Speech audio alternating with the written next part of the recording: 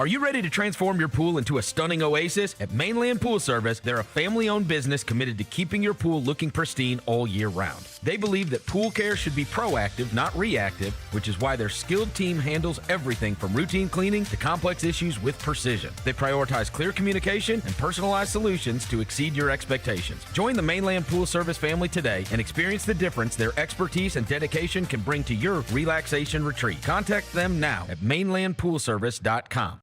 Kroger shoppers and Grizz fans. Want exclusive last-minute discounted ticket deals texted straight to you? Sign up with the new Kroger Buzzer Beater deal. Fans can sign up by texting Grizz to 636-479 or visit your local Kroger store in the Delta Division and scan the QR code. By signing up, you agree to receive recurring automated promotional and personalized marketing text messages from the Memphis Grizzlies. Consent is not a condition of any purchase. Message frequency varies. Message and data rates may apply. Grizzlies fans, dunks, dimes, and no-looks are great on TV, but nothing compares to catching them IRL. And that starts with buying tickets at Ticketmaster, the official ticket marketplace of the Memphis Grizzlies and the NBA. Ticketmaster gets you to the game so you can catch every highlight in person. From seeing your favorite Grizzly stars up close to hearing the squeak of the sneakers on the hardwood. Put that jersey collection to use and get tickets at Ticketmaster. There's no better brag than saying you saw it live. See you courtside, Memphis. Own the 2025-26 Grizzlies season with the 10-game Flex Pack, the ultimate way to catch all the action on your terms. Choose your favorite matchups from intense rivalries to weekend thrillers and customize your pack to fit your schedule. With 10 games to pick, you'll never miss the moments that matter most. Visit Grizzlies.com/packs today to build your perfect ticket pack and cheer on the Grizzlies your way. It's your team, your season, and your schedule. So don't miss out. Sonic Radio. Welcome back to Sonic RNDIO. That spells radio with me, the CIO. This just in, the new Sonic $1.99 menu lets you build a crave-worthy meal for just $1.99 an item. Whether that's a creamy shake, crispy tots, or a quarter-pound double cheeseburger. This just out. Ostriches. They're mean, not very cute, and in my opinion, way too big for a bird. Don't miss the Sonic Fun 99 menu. 5 items, always $1.99. Live free, eat Sonic. Tax not included. See menu for details. Let's face it, there's a lot of trash talk in basketball. But the great teams let their performance do the talking. Like Ford F-150 with Pro Power on board. A class-exclusive industry-first feature that turns your truck into a mobile generator and leaves the competition speechless. Ford F-150, official truck of the Grizzlies. Greatness starts here at your Mid-South Ford dealer. Class is full-size pickups under 8,500 pounds, GBWR. Nate Bargatze. Look, I say a lot of dumb stuff. I try to keep it in front of large groups. Seems to go better that way. Big Dumb Eyes World Tour. When you say something dumb one-on-one, it's a lot for that person. I'll say it, then I can just feel that they feel the weight of my life on their shoulders. Tickets and info at NateBargatze.com. Don't miss the Big Dumb Eyes World Tour. Nate Bargatze. Duke is suing their quarterback because Darian Menza announced he was entering the transfer portal last Friday.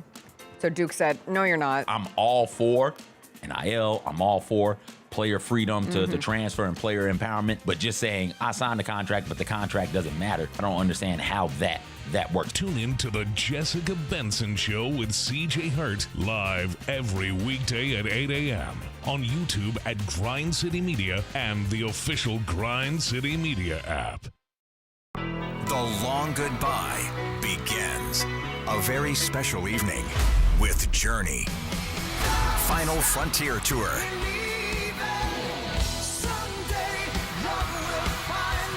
Journey. Tickets are on sale now at JourneyMusic.com. Your chance to say goodbye to the songs that changed our lives. Journey. Final Frontier Tour. Hey Grind City, got uninvited house guests? When it comes to bugs, we don't bluff. we Terminix it. Don't let a pest problem spin out of control. Our pest-free 365 Plus plan protects against up to 39 different kinds of pests. Even better, Grizz fans can take $50 off by visiting Terminix.com and enter code SAVE50. Terms apply. With more than 95 years of experience squashing pest issues big and small, we're set to square off against the toughest bugs. Live from downtown Memphis, this is the Chris Vernon Show on YouTube at Grind City Media and the official Grind City Media app. Now, here's your host, Chris Vernon.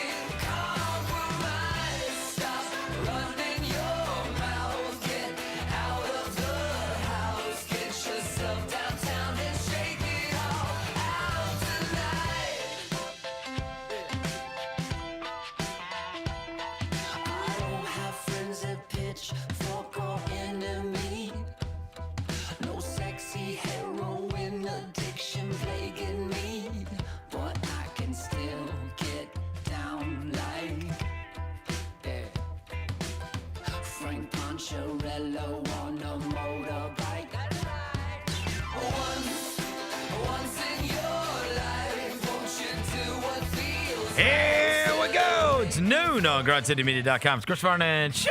Welcome. It is the Friday, February 20th, 2026 edition of the show. Today on the show, Grizzlies going to be back in action tonight for the first time post All-Star break, a home game against the Utah Jazz. We will get you ready for that and make the most challenging Skydog pick of the year on the show today.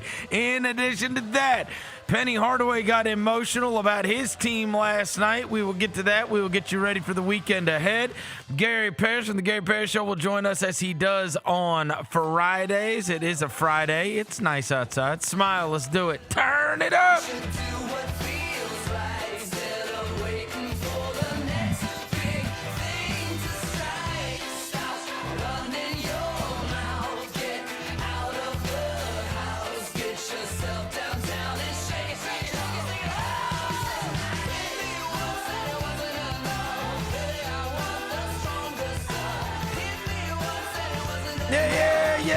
Yeah. Hope everybody's having a good day. All right, bunch of good to do on the show today, not the least of which is the Grizzlies are going to be back in action tonight. It is not the Jaren Jackson return that we necessarily expected. I hope they don't roll him out in a wheelchair because, as you may have seen, everyone around the NBA is very ill and very injured. I saw my buddy Jeff Stotts, who does In Street Clothes, who has a database for NBA injuries, and I believe he said yesterday something to the effect of, this is the first time he can remember that post All-Star break, after a week and a half off, injury lists growing since the NBA last played. The Grizzlies are going to have a ton of guys out for tonight's game, as will the Utah Jazz, but we will get to see them in the home arena. Early tip, 6 o'clock tonight. We will get to that and everything else that is going on. Get you ready for the weekend ahead. Before I get to anything, I welcome John Roser to the show. John Roser, a.k.a. the Cologne Ranger, the Body Spray Bandit, in your sack. Johnny Backpole, Johnny Bearcat, John Asparagus, Johnny Neck Carb, John Lance. He's Dr. Thunder. He's John the Polluter. He's John Sweeney. Hello, John. What up? And you're going to be at the Hustle tonight, right? Yeah, so are you.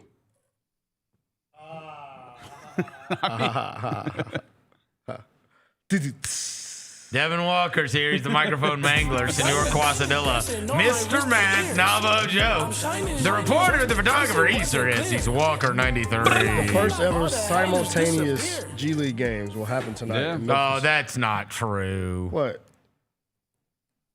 I mean, what do you mean? Simultaneous, in bro. this city? The first time in NBA history, bro. We're going to have simultaneous. City? It might be, yeah. G League games happening this at market, the same yeah. damn time. and I'm going to tell you something that's going I'm excited. I'm going to start something off with a shocking statement today.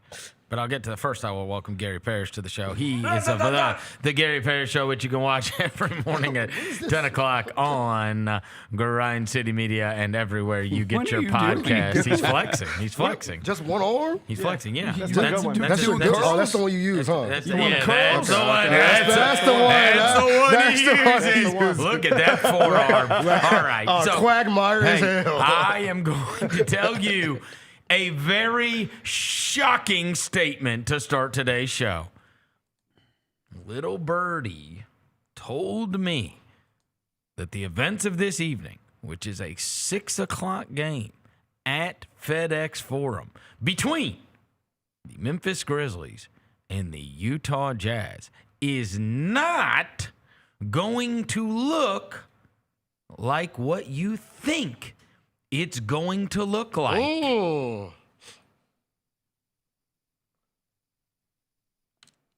Evidently. What are you doing talking to birdies?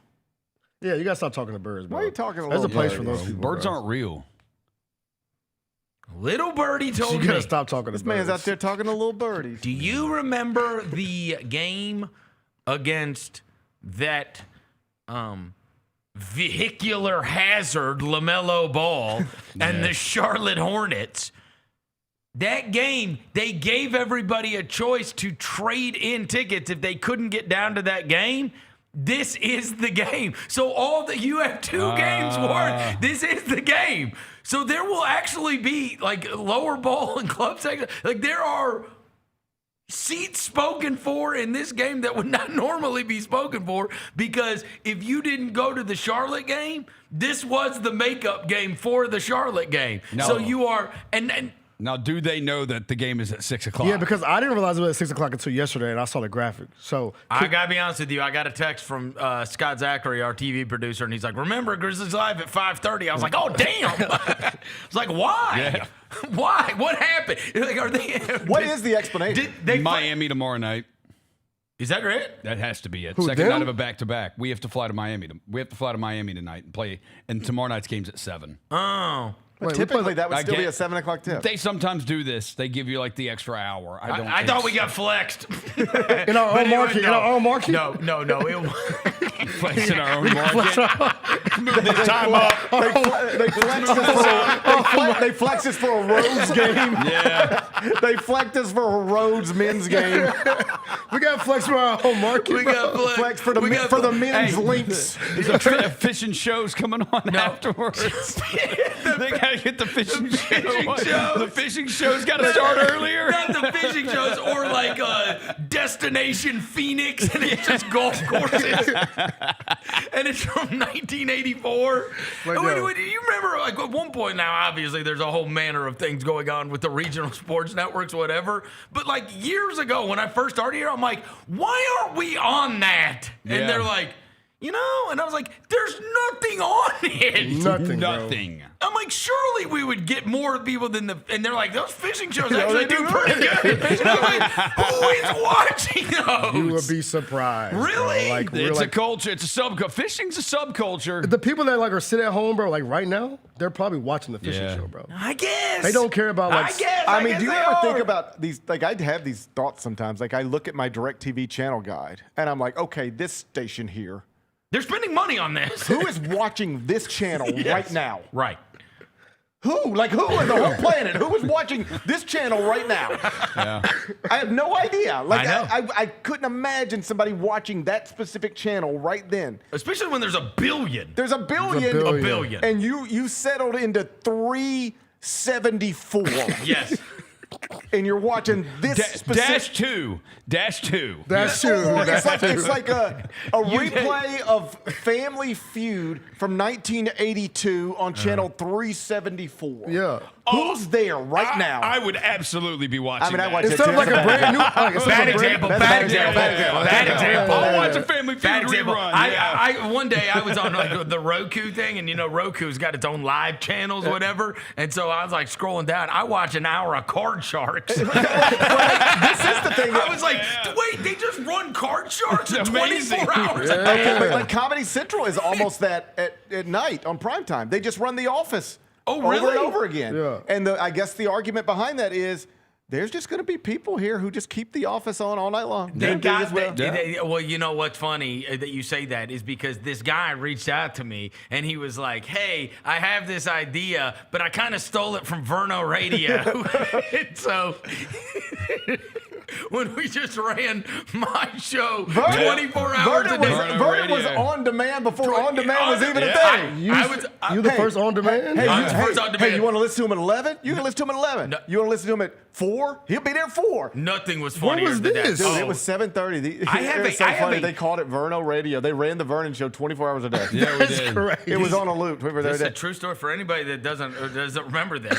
So I found maybe like 2 weeks ago, I was going through some box and I found an old media pass, a Grizzlies media pass, and my media pass says Chris Vernon Radio. That's kind of fire. As my outlet. I was like, that's unbelievable. So what happened is Gary had gone over to 92.9. The guy that was running 92.9 at the time, we were 730 ESPN radio.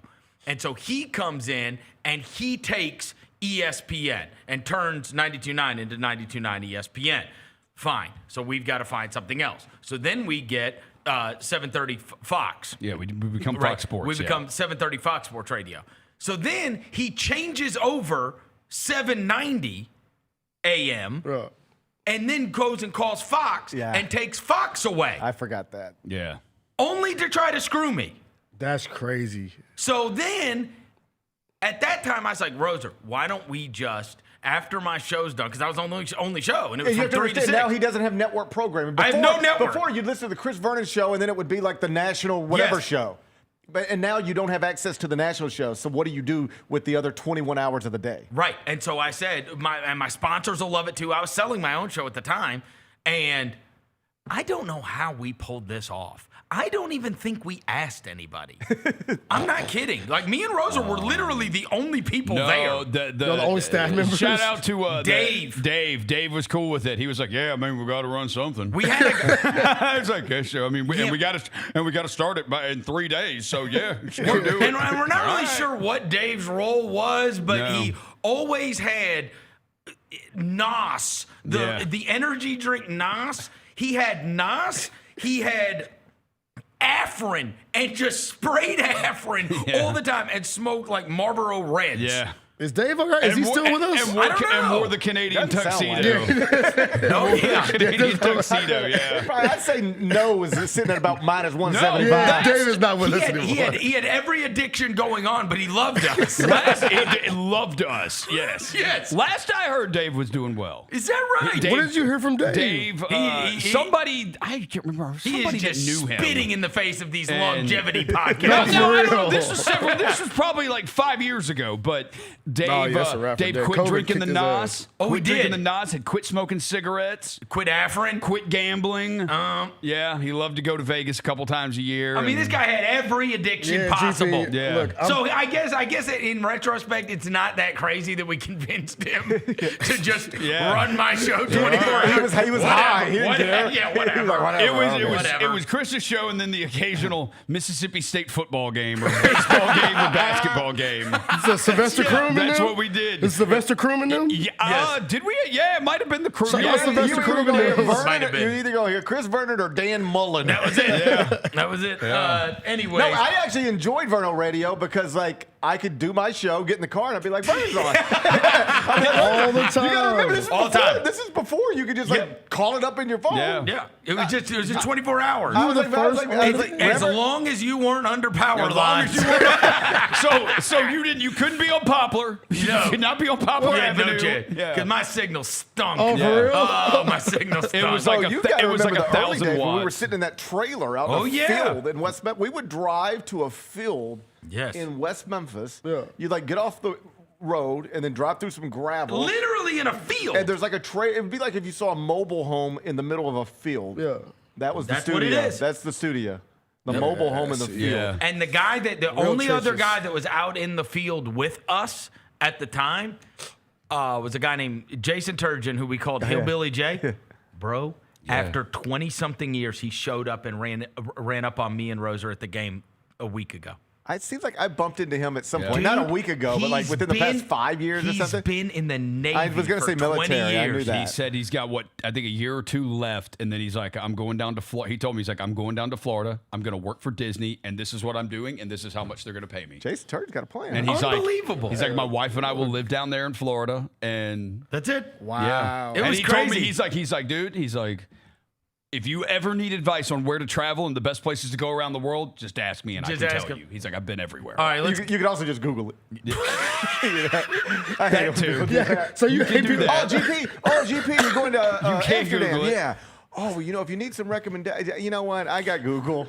I'll find where the nice restaurant is. This is true, but I think he was just being nice. GP, that's somebody being nice, bro. Somebody being nice. I got Google. I'll figure it out on my own. He's like, man, you going to Atlanta, man. I can give you a couple spots. No, actually, no. I know how to Google. I know how to Google best steakhouse in Atlanta. I got it. All right. All right, let's get into the events of last evening. So first, the Grizzlies are going to be playing against the Utah Jazz tonight in a game where when we saw the injury list yesterday, it was like, are you serious? Was it 9 guys? 9? Yeah. I think there's 9 guys on the list. They had to lower the font just to fit it all in the tweet. we down to like a 6 font now on our injury report. So this is going to be a battle tonight for sure. But let's get into what took place last night, because the story of last night is not that the Tigers got smacked around by South Florida. I don't know how unexpected that was. Even yesterday, I heard you on your show saying I think they were like 8.5 point underdogs. So I mean, like, and that team is way better. And that coach that actually ran him off the court last year with Little Rock, right? Mm-hmm. Yeah, same guy. Tony's guy. Tony Allen's guy. We still don't know how, but Tony's guy. Well, he was former Alabama assistant. He was with Nate Oates. Well, so Tony, a year ago, put out this big, like, you could go back on his feed, and there's this whole, like, welcome to the Bulls, South Florida. Yeah. It's Brian, whatever his name is. Yeah, Hodgson. Got the job there. And Tony puts up the graphic and, like, the whatever. And I call him, and I'm like, did somebody put that up on your thing? Like, do you have somebody running your account? I was like, why on earth are you celebrating the hire of the South Florida coach and talking about, like, wanting to go down there to see a game? I was like, what? Yeah. How do you know him? And he was like, oh, that's Pooh's guy. They asked me to do it. Rose. Oh, okay. And I was like, what? I still don't know what the connection is. It's just somebody asked Tony. He met the guy. He said the guy's super cool. Yeah. And then was like, I guess he's connected with Rose somehow. I don't know. I don't know the connection between Derek. He's like, that's Pooh's guy, but Brian. But yeah, he was on staff with Nate Oates. Okay. And he's like the up and coming thing. Like he's going to be he'll be a Power 5 coach soon. We were at the final. Kelly and I were at the Final Four a couple years ago when Alabama was there. And he had already taken the Arkansas State job. And so I think either on the way Oh, that's where it was? I said Little Rock. It was Arkansas State. It was Arkansas State? Yeah. Anyway, so like we were sitting at the Final Four. We were sitting in the Alabama section, apparently. Kelly and I were. And Brian walks down, and Kelly doesn't know who he is, obviously, but I recognize him. And Kelly goes, that is the most beautiful woman I've ever seen. Oh, the wife. I said the same thing. She was when she showed up here. She sat behind him at and that game. I was like, here. who? And she was like, right there. And I was like, oh yeah, that's the Arkansas State coach's wife. She was like, oh my God, she's stunning. Yeah. So y'all can Google that on your own no, time. I saw her in real life, GP. Yeah. No, she's a stunning. No, she's a beautiful woman. Wait, like I'm not even trying to be weird. She's just a stunning woman. When she enters a room, your head does this. Yeah. Now you guys are getting weird. No, I just mean like she's a lot of people like that, bro. Gary, show your right hand. Yep. All right, we got to make sure. I don't have a vein coming out of my forearm like him. In a stadium filled with 70,000 people, my wife said, "Look at that woman. Exactly. She's stunning.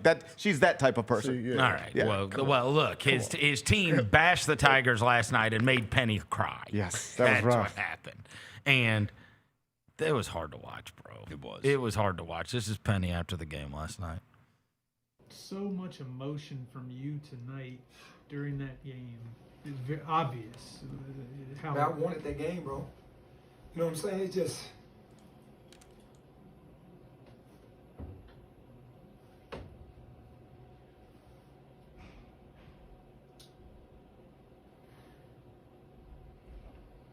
I just wanted the game.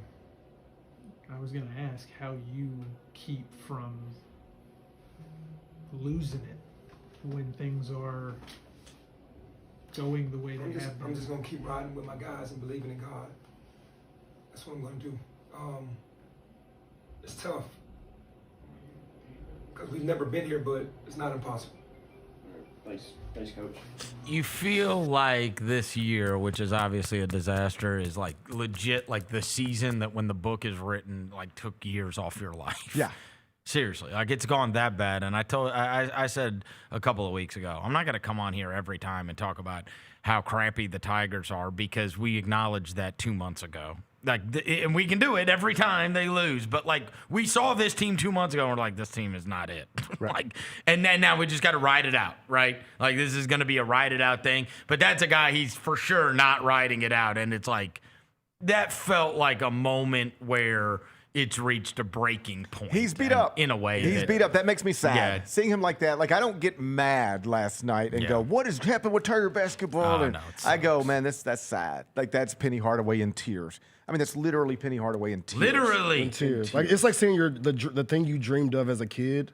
Because you're a Memphian, bro. You dreamed of coaching the Memphis basketball program. You dreamed of it. Now your dream is here. And you've seen that dream crumble in front of you. The other like thing is, and this does not get brought up enough, how much he wants it to happen. You know as well as I do, all of you know, he has absolutely no financial reason to do this. None. Most people would do it for the finances, right? Like that's why that's what they're driven by, right? The winning and success, because you can look up and if you're Kurt Signetti, you wake up and you did this at Indiana and now he's getting $13 million a year they extended him to today. Yeah, right. And it's like, okay, that comes with it, right? Like that's awesome. But like Penny Hardaway he could literally be playing golf every day of his life and just doing whatever he wants and doing things that are fun, right? He wants to make Memphis basketball great. And now it's so far from great at this moment. When the realization, like, you know what I mean? It's not even close. Like he's starting to feel the city, the community come down on him. Yeah. Like, that's all. None of us can properly understand what that must be like for him. But I can try to understand, and it seems like it would be overwhelming and difficult. Imagine this is your hometown. You've been famous in your hometown since you were like 16 years old. Everywhere you go, people love you for your whole life. But now you know people think you should lose your job. Mm-hmm. Some of the people you consider friends, some people who have your selfie framed in their house think you don't need to be doing your job anymore, and that's tough. Imagine if you knew your friends if your friends were out there posting on social media all day long, people you consider friends, I think Chris Vernon sucks. I think he's lost. He can't do this anymore. He needs to lose his job. I don't know why he has that show. These are your friends. It's also the people that you start to you unfortunately, and I've had this happen to me before, like when I would even when I would go off of radio for some time, or when I was, like during tough times at 7:30 or whatever, or when I left 92.9 and went to a thing that was completely unknown in here, and then people were like, I can't find you on the radio. Like, all of a sudden, I wasn't as popular anymore, and I kind of realized, like, who actually cared about me and who didn't, you know what I mean? Yeah. And that's the thing. Like, everybody cares about you when you're popping, right? And then you realize, okay, there's about 6 that actually care about me. And I work with all of them now. There we go. We here, baby. Thanks for caring. You want a job? We here. Pretty much everybody that's ever cared about me works with me now. But the truth is, you start to realize, like, oh, these people aren't riding with me no matter what. They're riding me while the wave's hot. Well, you know what I mean? This is one of the points Woj made when he announced his retirement from ESPN. He was like, I just realized I'm working all day long for what? Like, at the expense of my wife and my kids, for who?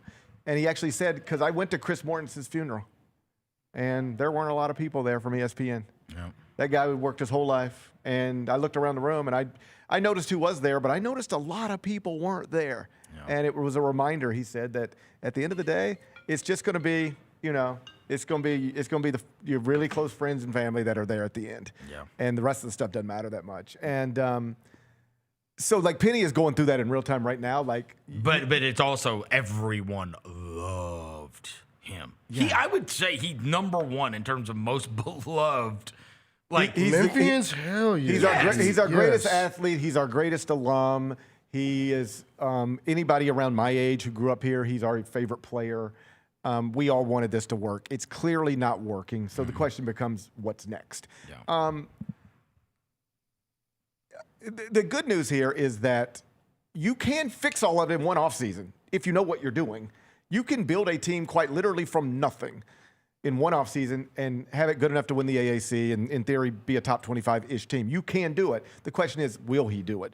But if you're looking for a reason to be hopeful moving forward, it's that given the resources, if he does his job well, he should have this thing back to a good spot next season. You can turn it around that quickly. I don't know that he will, but I know that it's theoretically possible. So there's hope at least there. I know some people are going to be screaming for a coaching change, and I understand. I think the more likely scenario is that he is going to be given another year. Because if you fire him at the end of the season, there will be some people who will say, thank God this is over. But there will be some people, whether they are valid or not, there will be some people who will say, the guy went to the NCAA tournament a year ago, won the conference championship a year ago. That's me. I liked last season. Was a 5 seed, here. all right? Yeah. And then his point guard got hurt, and they lost in the NCAA tournament.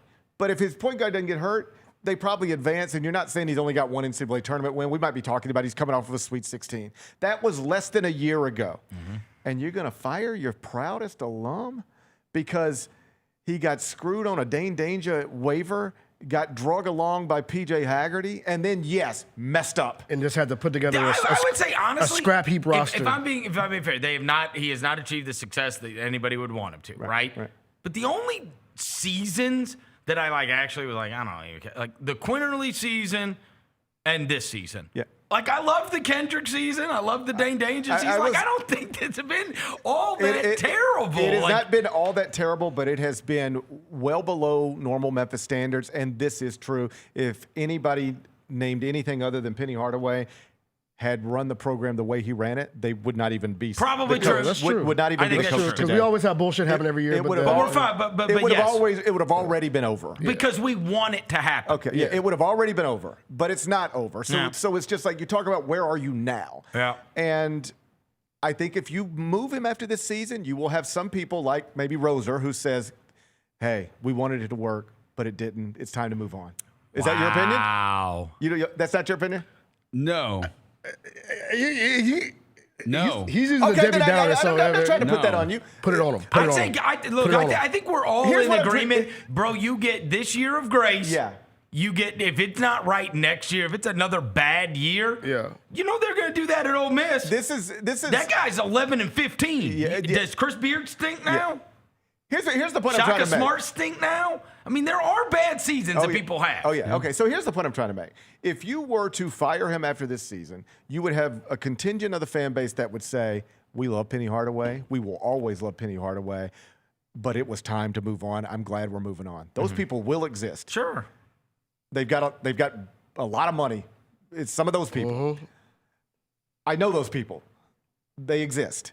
You will also have a contingent of the fan base who says, bro, he was just in the NCAA tournament. He was a 5 seed. If his point guard doesn't get hurt, he may have gone to the Sweet 16. Then he gets screwed by the NCAA on a Dane Danger waiver. P.J. Haggerty strings him along. And then, he messed up. But you're going to fire your greatest alum over this? Give him one more chance. All right? That would exist. So I think the more likely scenario is you do give him the one more chance. You support him. You give him everything he needs to win. And then everybody, I take this part of the fan base and this part of the fan base, and you bring them all together and you say, all right, guys, I know you wanted to move on now, and I know you think it's crazy that we were thinking about moving on now. Now let's all come here. Yeah. We understand what's going on now, right? No, because it's next season, and this thing is either popping the way it's supposed to pop, we're collecting trophies and going to the NCAA tournament, or then all of us will understand it's time to go. I agree with you 100%. I'm with you. I think because I think right now people people have no connection to the leadership over there. As much as Ed Scott can be good in front of a camera and whatever else, they don't really have any kind of connection to and put his selfie. It'd be funny if he did. They put up Penny Hardaway fired, and then it was him, just like, putting a picture of himself up. Anyway, they don't really have a connection to it, and so he's the beloved one. Yeah. Right. You know what I'm saying? Right, he is the beloved one, and so it'd be. I think you're treading on thin ice if you get rid of him, because people will think like, hey man, this is too soon. But if it's a year from now and we're still talking about Memphis basketball ain't what it's supposed to be, then it's like, okay. Also, there's a financial component to it. It's not like you can just fire Penny Hardaway, you just snap your fingers. I mean, I don't know the exact buyout, but I think it's over $5 million. I got you. So he also does have some real players coming. Like, as long as the kid from Briarcrest is going to live, him and Cello are going to. I was 7.2 GP. The other night. So that plays a role in this too. Yeah. Like it could be one of those deals where you go, I think it's time to move on, but I'm not 100% sure, and it cost me whatever you just said. Yeah, $7.2 million to do this. I saw Coach Aaron. We'll just sit still. Yeah. Instead of paying $7 million to not have Penny Hardaway coach our team, let's pay $5 million to build a team and see if he can get it back to where it needs to 100%. Be. And if he can't, we'll all know enough's enough. It's time to move on. Get him a GM. Get him a GM to put this team together. That kid, Fred Smith Jr., that's at Briarcrest. Cool boy. That I ran into Coach Harrington the other night and was talking to him. He told me that Fred is about to become the first player in the history of the city to have 2,000 points, 1,000 rebounds, and 500 assists. Yeah, he a problem. He's not like a light recruit. Nah. Like, this guy is going to be immediately a good college basketball player. That's the other thing people need to remember. You're a year away from maybe having a good team, You in could, this day and age. And you should. You can build a good team in one off season, and you should be able to build it at Memphis with the resources Penny has. That's the thing that I don't think everybody grasps is that, this is bad by any standard. But to the extent people are frustrated with Penny Hardaway as the Memphis coach, it's not because they're not competing with Duke and Kentucky. That's not the problem. I see some people sometimes on Twitter be like, what do you want him to do? He's coaching in this league, and he doesn't have Duke money. Okay, right. He doesn't have Duke money. But he's got more money than everybody else in the American. Tulane, he's got way more money than South Florida. You got to dominate this conference. You got to dominate the league. That's it. Nobody's asking you to beat Duke for the best transfer in the country. Right. Nobody's asking you to outspin Kentucky. Nobody's asking you to be rated higher at KenPom than every SEC school. But you got to be better than all these other schools in the American. South Florida shouldn't be putting belts. And Gary, I talked about this earlier in the week.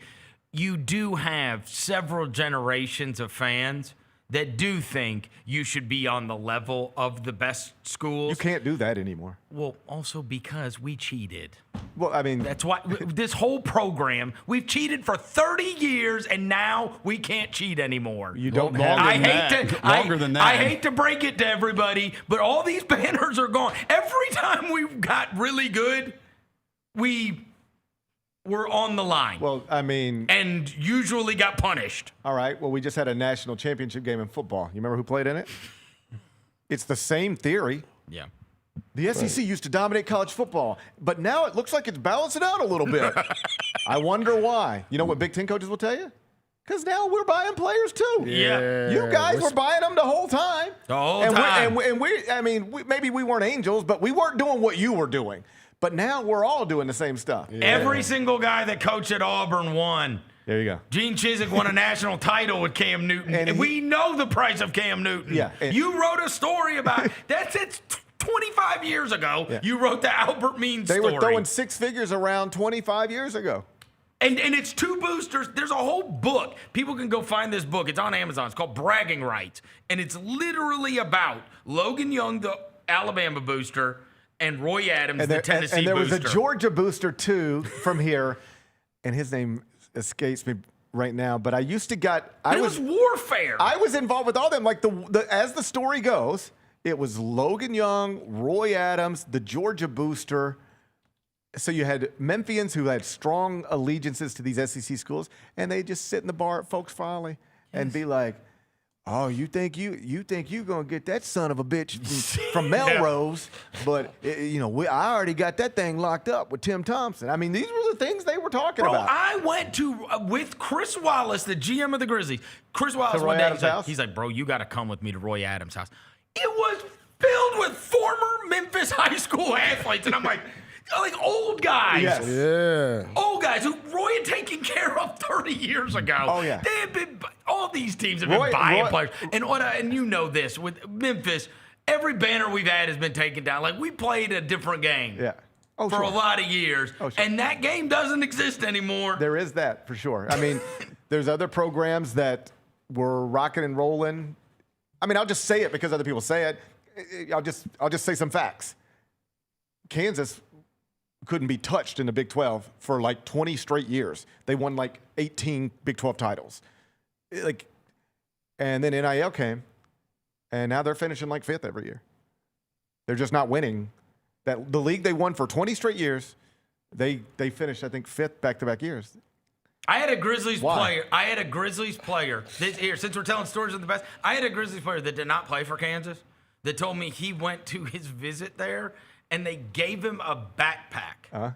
And the backpack had $50,000 in it. I don't know that, but yeah. I wouldn't argue with the story. I've heard stories, not about Kansas, but that's not a crazy story. That's not a crazy story. Like, it was just like here's your recruiting package that you get. And you open that mug and it was straight cash, homie. Yes, bro. They were playing all these schools. So bro. what everybody was playing on a different level. What I've heard some industry folks say, coaches certainly, will be like, here's what they'll say. They say, hey, GP, you do the homework. I'm not even going to get involved in it. You do the homework.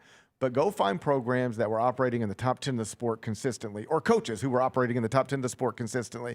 But since NIL came around and revenue sharing came around, their programs have dipped. Find those examples, and you know what's going on there. I told these guys back in the day, I was down in Birmingham. I sat at a whole table. It was Alabama and Auburn boosters. These guys, same way.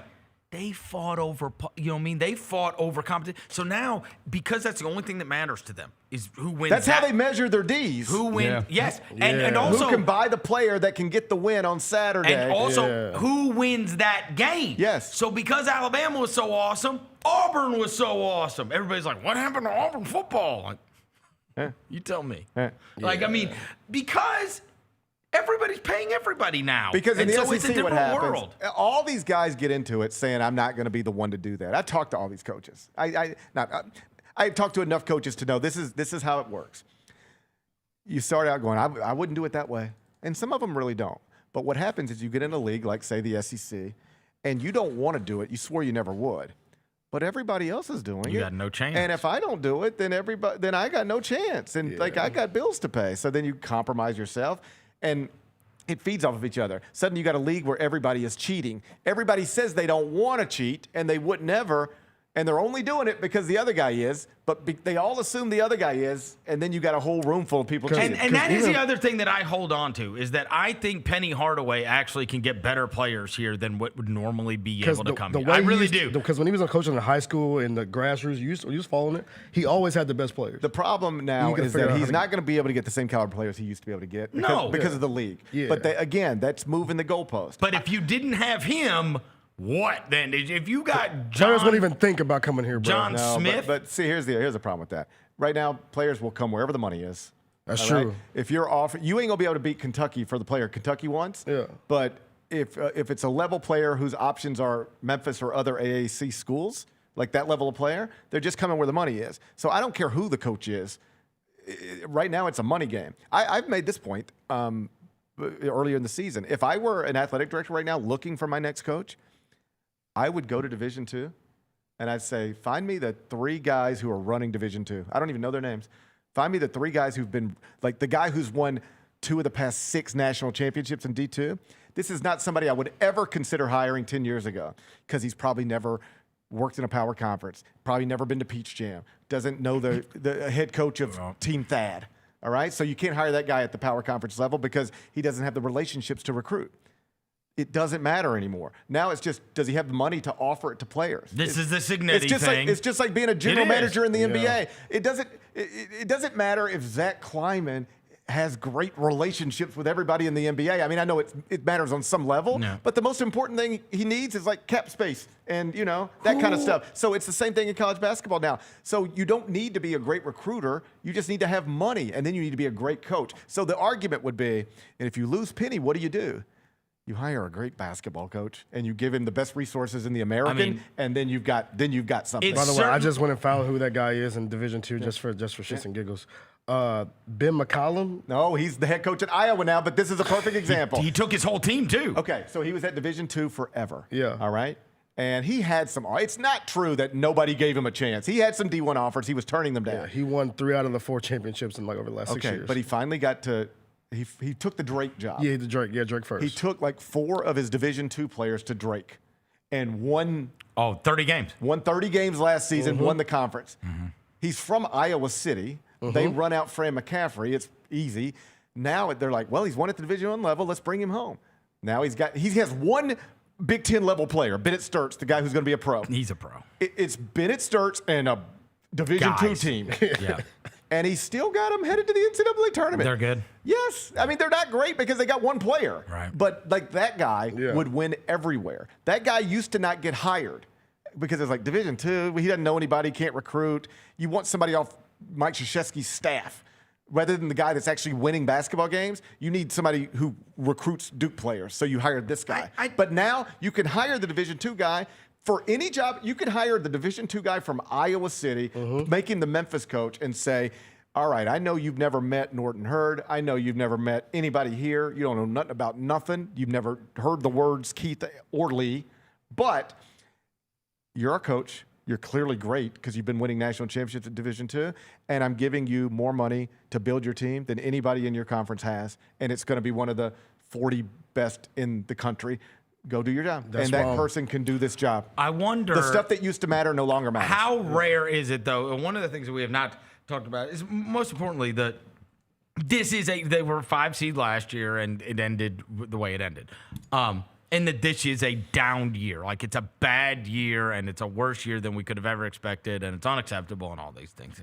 How rare, though, is it going to be much more common to have the, quote, down year than it ever has been before? Yes. Right, because I mentioned, I thought the guy at Mississippi State is good, and they're not good, and Ole Miss is legit bad. Like, they lose every night. They're like 11-15 or something, Chris right? Beard is one of the best coaches in college basketball. And they're terrible. He has a bad basketball team. Both of those things are true. Yeah, And Mississippi State, I thought that guy was pretty good, and like they stink. Chris Jans is a respected, very good basketball coach. They're not good. Shaka, his team's Shaka's awful. Right? Yeah. It used to be like you would build your program, and like Kentucky would do it a certain way, Duke would do it a certain way, but for like a Marquette with Shaka, you bring in high school class, you develop them. 4-year players. They get to be juniors. Those are your stars. Then these freshmen are role players. The stars leave. The role players are now sophomores. You slide him into the starting lineup by his junior year. There's continuity year over year. You kind of know what you're doing. Your culture's established always. You've always got enough players back, like, this is the way we do things. This is how we practice. This is how we eat. This is where we walk. This is how we travel. Now they're like greatest programs in the sport often are bringing back one player, no players. Yep. Baylor brought back 0, just like Memphis. Baylor won a national championship in 2021, and in 2025 they had no returning players. So you're building hard. You're building a team out of nowhere. You're building it with people you don't know and players you've probably never seen in person. So the way this stuff works, if you've got a general manager, you're the head coach at Baylor. Your general manager is scouting. They're not good either, by the way. Oh, they're terrible, right? Yeah, Baylor, it's just weird. Kansas State fired Jerome Tang, and then they went out and beat Baylor by 16. Right. So you've got to. This is the way it works. This is a simplified version, but this is college basketball in this era.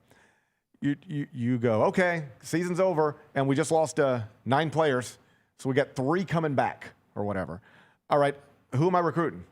All the high school players are signed, and the ones that aren't good enough to help us anyway because everybody's old. Okay, there's this guard. It starts with a database of just analytic stuff. This person has the wings. This person measures the way we like our wings to measure, and he shot these percentages from here, here, and here. Now you go watch the film. Now you watch Synergy. All right, looks good. Get him on Zoom. Hey, I'm Scott Drew, coach at Baylor. Hey, my name's Devin Walker. All right, so you ever heard of Baylor? No, sir. Where are you guys located? We're in Texas. Okay, cool. Well, hey, I watched you on Synergy earlier today. Oh, thanks, coach. So $750,000 is what we can do for next year.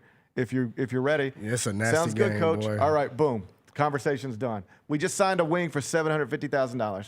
And he gets on campus and he can't do a lick or nothing. No, that's not even the problem. He gets on campus and he can play. He gets on campus, he's a dickhead. Yeah. All right? He gets on campus, he's got a drug problem. Yeah. You don't know the mom, you don't know the dad. The people part of we're taking away of it. You don't know who you're getting. So I think Penny Hardaway would tell you that right now. I guess he had no idea who he was buying. Hey, this is what I'm saying. 1,000%. Shouldn't we then? Because we talked about this during football, where I said, I mean, unless you want to convince me that James Franklin and Mike Norvell and Hugh Freeze, all these guys we generally accepted are good football coaches, all turned crap, then maybe we've got to accept that there has to be more grace in terms of having a bad year, because a bad year or a great year is literally possible, right? Like, would it surprise anybody if, like, Florida State ended up awesome this year? Of course not. But it didn't used to be that way, right? You could see it coming. You could go, Penny Hardaway, the team's not good, and there's no reason to believe it can ever be better, except for the fact that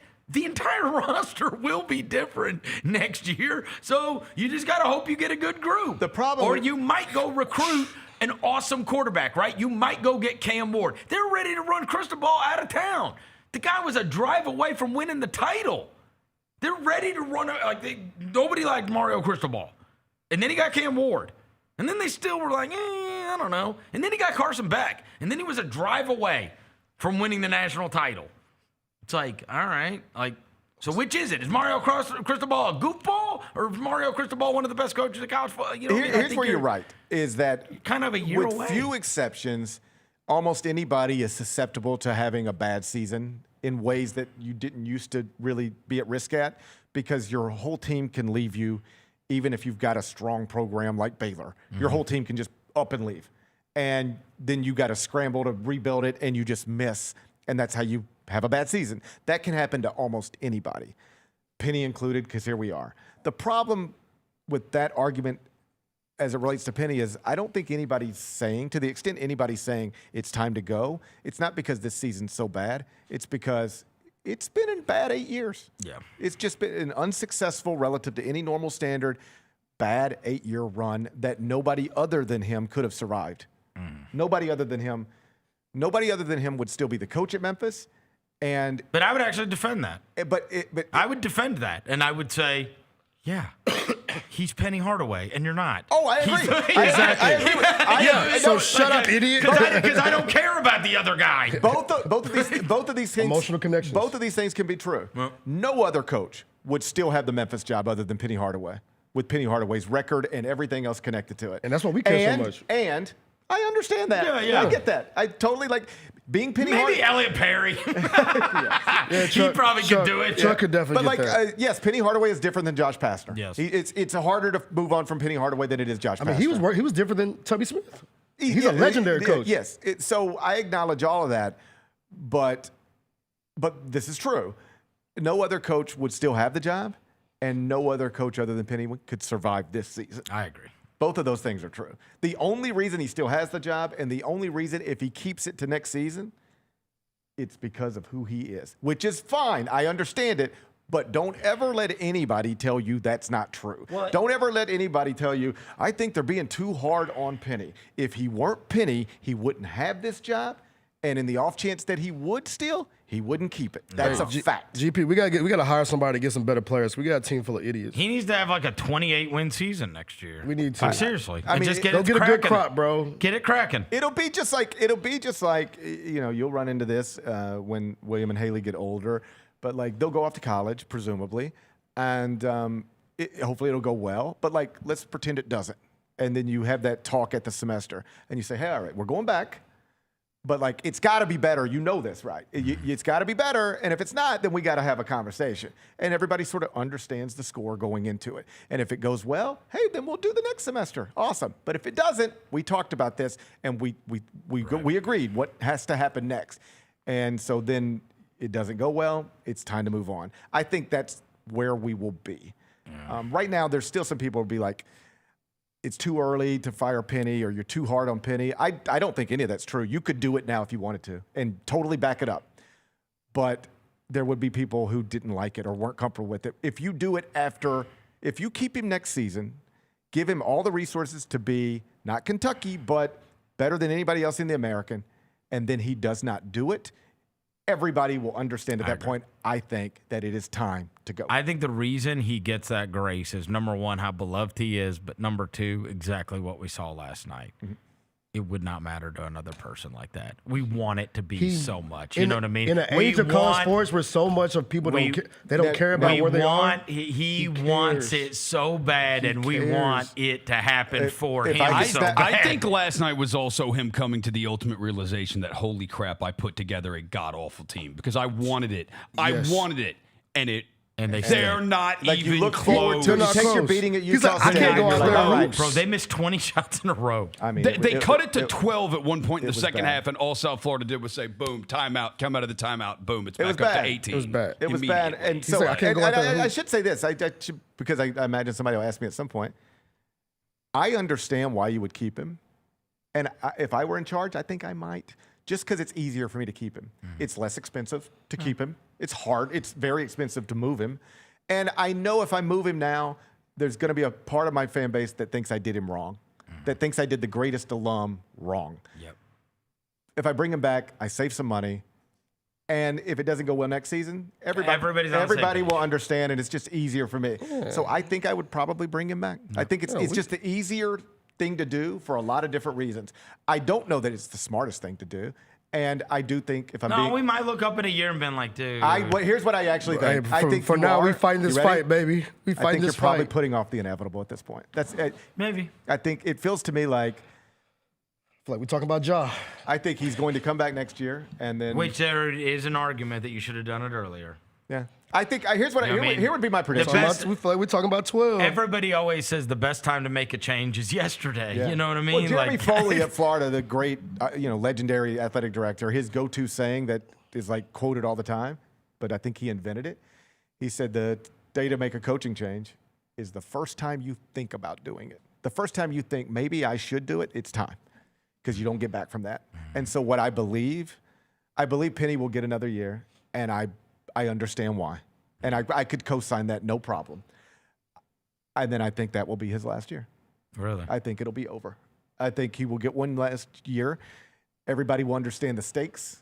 And then for one reason or another. Yeah, I also don't want to see it beat him down like it did Larry. You know what I mean? Well, I mean, we're there now. I don't ever remember Larry crying in a press conference. No, I know, but I mean it.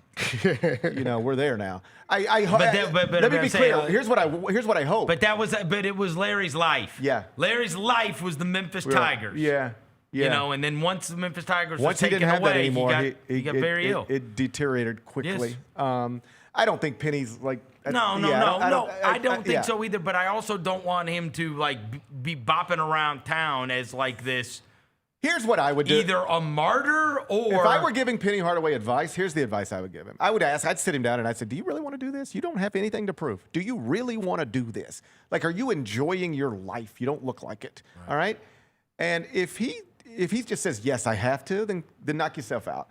But if he said, man, I don't know, man, this has gotten tough. The way out of this, I think, if I were Penny Hardaway, I would stand up and say, I'd hold a press conference. If I didn't want to do this anymore, and I don't think Memphis would try to stop him. I think they'd be fine with him walking away if he wanted to. I would stand up and I'd say, hey, listen, when I got into this was a different world. I thought what I was going to be doing is recruiting high school kids that I got into this coaching middle school kids. I was getting James Wiseman and Jalen Duren and Precious Achiuwa. I got Lester Keonis. Don't ever forget. I got A-Rop. Like, don't ever forget, I didn't get into coaching to get rich. I didn't get into coaching to be in the SEC. I got into coaching to coach middle school kids. And then I coached high school kids. And then I was given the opportunity to coach my alma mater. And I thought, man, this is going to be amazing. I'll bring Tiger basketball back. I love working with young people, developing them. I was going to have the guys I'd worked with, with Team Penny and all that stuff early. But I just thought forever and always, I'm going to be recruiting high school players, sitting in living rooms, going to high school games, meeting moms and dads, and I love that. And as you guys know, that's just not the job anymore. The league has Jay Wright. The league. It's the Tony Bennett story. The Tony Bennett you tell story. The same story. This ain't for me. And then you just say, and the league. You guys know what has happened to the league. And listen, I'm going to do everything I can to help the next guy, But the next guy's going to have to realize how hard it is, and by hard I mean impossible in this era of college basketball in this league. You can't recruit Jalen Duren anymore at Memphis right now. If he said Devin's line, that would be the greatest line in press conference history. I used to have Jalen Duren, and now I have A-Rob. And you just say, this is not the same job I got hired to do. He is terrible, by the way. He can't do anything. He can't do anything. Jalen Duren's about to be all NBA. He's about to be all NBA. A-Rob can't catch the ball. Guy doesn't even have two names. So you just say, y'all banging on this dude. I mean, it is what it is. And you just say, this is not the job I wanted to do. It's not the job I was hired to do. And you can even throw this in if you want to show some humility. And frankly, I don't know if you guys have been paying attention, but maybe I ain't the perfect person to do this job. I think I was a really good person to do the job the way it was when I was hired, but this is a different job now. And frankly, I don't want to jump on Zooms and buy players that I met 30 minutes ago. This is not the job for me. So what I'm going to do is step away. I'm going to be courtside every game. I don't buy this. This is good PR. None of this is true. Rooting for the next guy. No, I want to be clear. I'll wrap this up. He thinks he can do it. You'd be the only one courtside. There's nobody there. Yeah, you can have the whole courtside. The entire you thing, can bro. lay down courtside if you want. Kick your feet up. You seen the Rick James, Dave Chappelle thing? You can be you. That can be you. Listen. Put it on the couch. My understanding of Penny is that so competitive. He wants to do this. Yes. He will not walk away. No. He wants to fight till the end, and that's fine. That's fine. But if he wanted an out, a graceful exit where you don't have to walk around your hometown for the rest of your life feeling like you let everybody down, that's the way to do it. He thinks he can get Memphis to the Final Four. I promise you, he thinks that. Yeah, he might be foolish. He wants to so bad. And I'm sure there are years where he would. We tried to get to the Final Four of the AAC tournament. Let's try to get to the Final Four that way. Hey, man, look. You got to crawl before you walk, GP. Tell him just get better players, bro. We Dip can have into his William own Wharton, who sounds like a. Here's the problem. So what do they have for players? He's black, bro. William Wharton? Yes, bro. Oh, I thought that was the white guy. That's Matthews. Matthews. Yeah, see, I didn't crown the white Here's dude. the problem. I know he messed up and bought a bad team. He bought the worst team. But when all the American coaches and all the basketball media sat down in the preseason. They don't know anything. And looked at everything and said, okay, South Florida's got this roster, UAB's got this roster, Tulane's got this roster, and this is the Memphis roster. Who's going to have the best team in the American? Everybody agreed. It should have been Memphis. You've seen Tarek Ingram play basketball. So get better players is true, but he, on paper, had better players than everybody else in this league. I got eyes, GP. Yeah. I got eyes. Yeah. I got eyes. I see Tarek Ingram play basketball. He looks like my uncle. I think the real problem here is that he's got enough talented players in terms of just talent to win the American. I think he brought in some bad dudes. Yes. He brought in knuckleheads and losers. Yeah. Losers. How much money does he have? What do they have to spend? $5 million. I was told $5 million. Okay, well, he needs to take about $5 million more of his own money and put that into it too. Yeah, and throw a little $10 million I want you to throw a little $5 extra money. $5 million doesn't get you in the Kentucky conversation. They got 22. Yes. All right. Yeah. You got 5. But 5 puts you well ahead of anybody else in your league. What does UConn have? Probably 15-ish. St. John's is probably somewhere in the 50. They don't have football. If you're thinking, it's basically Kentucky at 22, and then there's going to be like a UConn, St. John's, Texas Tech, Louisville in the 15 to 20 range. Then you're going to get your middle of the pack Big 12, Big 10 SEC teams in the 5 to 10 range. But Memphis has got more than some ACC schools. Memphis has got more than some Big Ten schools. Because the players, the people he trusts to go get his roster, like Nolan Smith was on the staff last year, right? Now he's the coach at TSU. They're 19-8.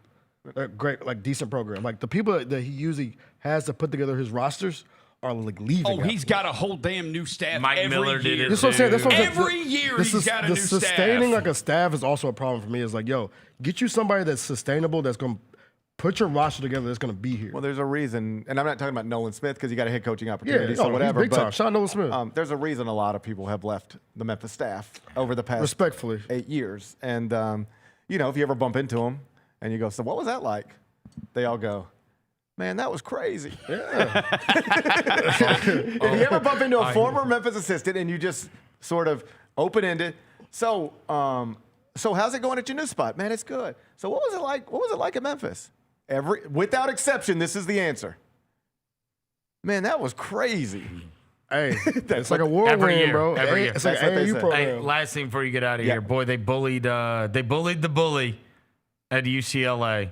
Oh, they got you. They got I you. apologized to Stephen Jamerson. I thought he made a dirty play. I was wrong, and I need to dial it back too. Sometimes I'm too candid. I'm lucky to coach here. This brand matters. The last thing I want to do is bring negative publicity. Yeah, I mean, Mick Cronin. They made you apologize, They GP. got him. Like, Mick is stubborn. Like, I've known Mick. But he don't want to lose his job over some saying some goofy stuff. Like, Mick is, I've known Mick for, I guess, 20 years or so, since he was an assistant coach. We've sat at the pool at the Palms and smoked cigars type of thing, right? And I don't even smoke cigars. He's so stubborn. Like, I set that up, like I've known him forever, and then we'll do that Candid Coaches series where we call coaches or text coaches and be like, hey, just here's 10 questions, answer them, anonymity, all that stuff. And like Mick's the type, he'll be like, GP, you know I don't operate like that. I'm on the record or I'm nothing, but I'm not going to talk anonymously behind people's back. You know that about me. And I'm like, it's just a stupid poll, man. Calm down. Like, relax. All right? But that's him. Like I could probably show you. I'm sorry, GP, but respectfully, that sounds like the worst person, bro. Okay.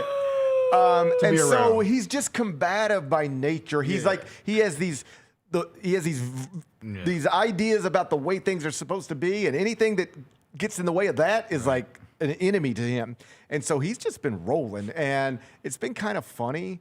Like, we've all just kind of been laughing. Did you see Mick? Oh, did you see Mick bitching again the other day? And it's funny, but he went too far this time, clearly, and they've gotten to him. Because this is one where nobody was defending him anymore.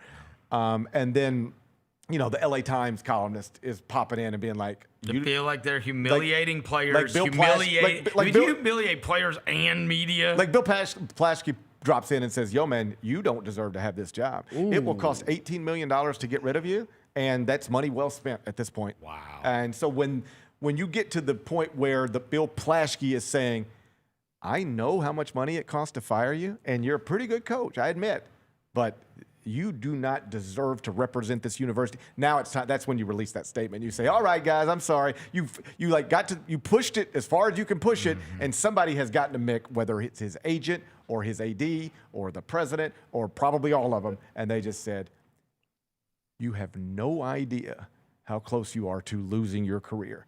You can have all the money. You'll have all the money, and you can just walk around for the rest of your life short and mad rich. All right? Is he married? No, divorced. You don't say. Really? No way. Shocker. No way. No. Shocker. Hey, you know what he said? Are you raising your voice at me? Yes, you are. Yes, you are. Did you see yes, the meme? You are Did I send you guys this meme last night? I sent it to somebody last night. Did I send this from the somebody? They've got it's a Matthew McConaughey part, and it's like the text says, reporter. Hey, Mick, I know you guys have suffered a 3-game losing streak, but what's the key to turning around? And then it was like Mick Cronin, and he goes to this video, and it's Matthew McConaughey in some movie or show, and he's leaning into somebody's ear, and he goes, if you get time, kill yourself. And so, Mick just went too far. No. And somebody got to him, and they said, they will pay you. It was also so viral. Everybody picked it up because it was also during NBA All-Star Week. Everybody so there's nothing else. There's no LeBron highlights. And it was like classic bully. You just look like an asshole. There's no other way to say it. You just look like an asshole. Yeah. And so everybody was in agreement. This one's not funny. What you did to that young man. I thought it was funny. And do you even know the Stephen Jamerson story? No. Is it the walk-on? The dude was like a walk-on or something like that? Okay. He's from California, and by all accounts, like baseball player, basketball player, like the best kid. Oh, no. Like the best kid. The one that he threw out? Okay, here's the story. Stephen Jamerson, coming out of high school, he's not good enough to play basketball on a scholarship anywhere. So he is just going to pick a college. Yeah. He picks Michigan State. And walked on? He wants to walk on. They won't let him walk on. It was before he hit a growth spurt or something. Yeah. So they say, no, we don't need you as a walk-on. So he's not going to go to Michigan State if he can't even walk on. So he's like, well, can I at least be a student manager if I go to school here? They were like, no. Okay. So he's like, all right, then I'm out. So he goes to like San Diego and like, just tries to play low-level basketball. Eventually ends up at UCLA, and he's playing like 11 minutes a game. He's a rotation player at UCLA. It's a great story. It's a revenge game. It's like I'm going back to Michigan State, this school that rejected me, wouldn't even let me be a student manager here. Dang. It's Fernando Mendoza all over again. No, it really versus is. Miami. Yeah. You didn't even recruit me. And then your coach throws you embarrassing. That's embarrassing as hell. Yeah. It's like he's all built up like this. I'm going back and I want to. It's so much worse now that you he's made 3 times worse, bro. So if you're wondering, so it's a 25-point game. Why are you chasing down a transit? Because he was like, this is the game of his life. Yeah, this means more to me, bro. And he got chucked out of it by his own coach. I mean, that is kind of like his high school coach. It's not funny, but it is funny. His high school coach posted like a long thing on social media, like, "You guys don't know Stephen. Oh no, this is the best. Man. This is the worst person to do this to. This is the best person. This is the person I want my children to look up to. Oh, dang. And the coach was like, Stephen, because of who he is, he will handle this with grace and move on. But you picked the wrong kid here. Oh, no. So it's all coming down. So on it was Mick. all coming down. Yeah. And somebody got Mick. to Mick and just said, I know you might think they can't fire a coach as good as you, and or they can't fire a coach they owe $18 million. I am telling you, they will. If you don't turn this thing around right now, they will fire you. And you'll get your $18 million. And you know what you'll be? Miserable. Just like your old boss, Bob Huggins. Yeah. These things are connected. Guess who Mick worked for? Yeah. Crash out Bob Huggins. Crash out. Who's in a Make America Great Again hat on the internet all the time. Wilding out. But I will say, so you know what? The difference between him and Mick Cronin, though, apparently I looked up his wife. Him and Eric Musselman have something in common. Go ahead, keep going. Who? I know what you're saying. Keep going. Cronin had a black wife? Yeah, I did. Who knew? Keep 2009. So, what were we saying? With Hugs, it was the same type of thing. Like, yo, man, you can't go on the radio and say that word, bro. It's 2024. What are they gonna do about it? Yeah, he's one of those guys. Hugs, stubborn. We know you like to drink, but man, get a driver. We'll drive you. We have you a driver. Like, I can't tell you how many basketball coaches, when I used to travel and go to basketball games and I'd be on campuses and stuff, like you'd go out drinking in Louisville with like the Louisville staff. Yeah. And there'd be like 3 young dudes just sitting down there at the end of the bar. They're just sitting there, just like playing on their phones. They're not drinking, they're not eating, they're just there. And you there know, to drive you home? They're there. GP, that's your driver. Yeah. Pete Thamel, that's your driver. Yeah. And then it's like Steve Mazziello's there, that's his driver. Yeah. And Hugs is like, I'll just drive. Next thing you know, he's crashing into something outside a Taylor Swift concert in Pittsburgh. He's LaMelo Ball. It's just like, you think you're so good and you mean so much to this place. I am West Virginia. I took this place to a Final Four. Eventually people say enough's enough and it's time to go. And then you spend the rest of your life going, shit, I screwed that up, didn't I? This guy's on camera today. Apologize. Like Hugs is, I haven't talked to him in a long time, but he looks like Randy Quaid now. Everybody I know. You see those old Randy Quaid, big beard. I'll ask somebody, every once in a while I'll be talking to somebody else and I'll say, you talked to Hugs lately? And they'll say, yeah, I checked in with him because they are worried about him. They check in with him because they're worried about him. And I'm like, how is he? And they say, angry, resentful, mad, feels like he was wronged. So you want to spend your whole life doing that, or fix it before it's too late? He looks like a caveman. Right now is a moment where it's not too late for Mick to fix this if he wants to. Right. And apparently somebody got to him and told him, you need to fix it. He's apologizing, that's for sure. All right, have a good weekend, Gary. We'll be back into this. Chris Vernon Show. Grizzlies fans know it's the team that gives you the edge. Big River Steel does too. And much like the Grizzlies have recruited legendary talent, we want you to be part of our team. Are you ready to be part of something legendary? Then visit www.bigriversteel.com.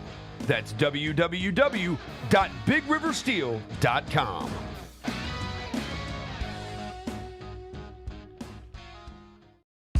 Nate Bargatze. Look, I say a lot of dumb stuff. I try to keep it in front of large groups. Seems to go better that way. Big Dumb Eyes World Tour. When you say something dumb one-on-one, it's a lot for that person. I'll say it, then I can just feel that they feel the weight of my life on their shoulders. Tickets and info at NateBargatze.com. Don't miss the Big Dumb Eyes World Tour. Nate Bargatze. Thanks for showing up, Memphis. Nothing compares to catching your Grizzlies IRL. And that all starts with buying tickets at Ticketmaster, the official ticket marketplace of the Memphis Grizzlies and the NBA. Ticketmaster gets you to the game so you can catch every highlight. Put that jersey collection to use for the next game and get Grizzlies tickets at Ticketmaster. Whether they're here at FedEx Forum or on the road, Ticketmaster's got your back when it comes to scoring tickets. And there's no better brag than saying you saw it live. I risk my life to tell y'all these truths. Cat Williams is back. Brand new material, a new tour, and the same legendary laughter he's delivered for decades. Nick Cannon got 136 children, Jesus. Did you know that? Always classic, always Cat. White people are friendly. You can call them at 3 o'clock in the morning with the wrong number and they won't even be mad at you. Hello? No, I'm sorry. No Shaquita here. The Golden Age Tour. March 6th in FedEx Forum. Get tickets at Ticketmaster.com. Thanks for showing up, Memphis. Nothing beats catching your Grizzlies IRL, and nobody knows that better than you. So next time you want to hit up a game, Ticketmaster's got your back with tickets to every upcoming matchup. Whether you're catching the Grizzlies at home or on the road, you'll find tickets at Ticketmaster, the official ticket marketplace of the Memphis Grizzlies and the NBA. Keep putting that jersey collection to use and get Grizzlies tickets today. There's no better brag than saying you saw it live. See you courtside again soon, Memphis. Jeff Dunham, Artificial Intelligence, his all-new tour. You're the other white meat. How can you be so smart on one hand and so stupid on the other? Well, you're half of it. I realize I could have avoided all this years ago with one simple word. I do not. Silence! Don't miss a Memphis. Friday, April 10th, FedEx Forum. Tickets on sale Monday, September 29th at jeffdunham.com. Sonic Radio. Welcome back to Sonic RNDIO. That spells radio with me, the CIO. This just in, the new Sonic $1.99 menu lets you build a crave-worthy meal for just $1.99 an item, whether that's a creamy shake, crispy tots, or a quarter-pound double cheeseburger. This just out. Ostriches. They're mean, not very cute, and in my opinion, way too big for a bird. Don't miss the Sonic Fun 99 menu. 5 items, always $1.99. Live free, eat Sonic. Tax not included. See menu for details. Own the 2025-26 Grizzlies season with the 10-game Flex Pack, the ultimate way to catch all the action on your terms. Choose your favorite matchups from intense rivalries to weekend thrillers and customize your pack to fit your schedule. With 10 games to pick, you'll never miss the moments that matter most. Visit Grizzlies.com/packs today to build your perfect ticket pack and cheer on the Grizzlies your way. It's your team, your season, and your schedule. So don't miss out.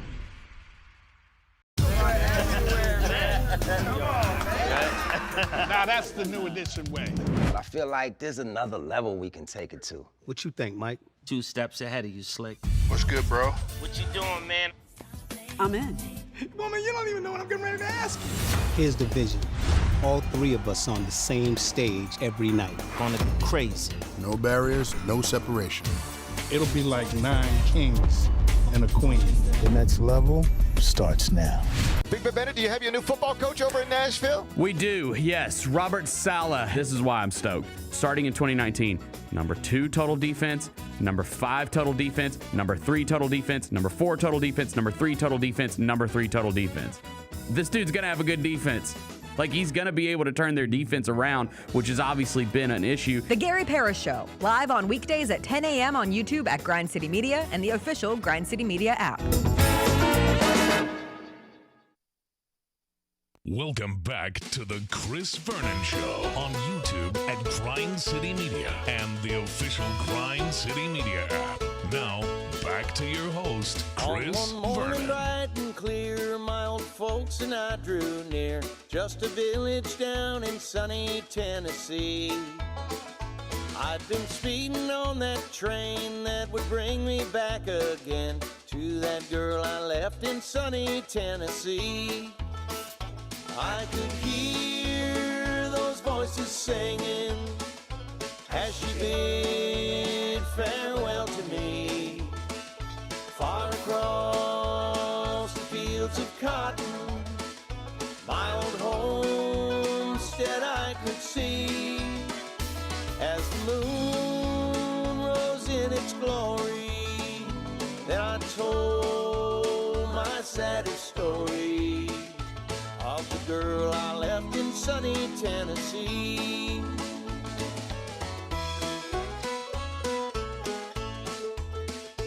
Now the train drew up at last, old familiar scenes had passed, and I kissed my mother at the station. All right, we're back. Chris Vernon Show.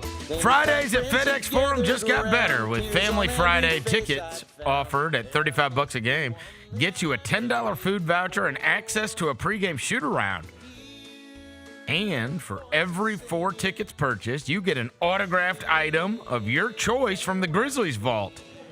Visit grizzlies.com/Friday to lock in unforgettable memories today. Family Fridays. And tonight there is, in fact, a Friday game against That's Utah fire, Jazz. though, right? It is. You get a autographed item if you buy 4 tickets. Memorabilia. Yeah. Memorabilia. And you get a voucher, a $10 food voucher. And you get to watch shoot around. And that's the thing. A lot of people don't get to watch shoot around. So. No, you don't get to watch shoot around. You got to be there at 3 o'clock. You want to see Cam Spencer. Damn right.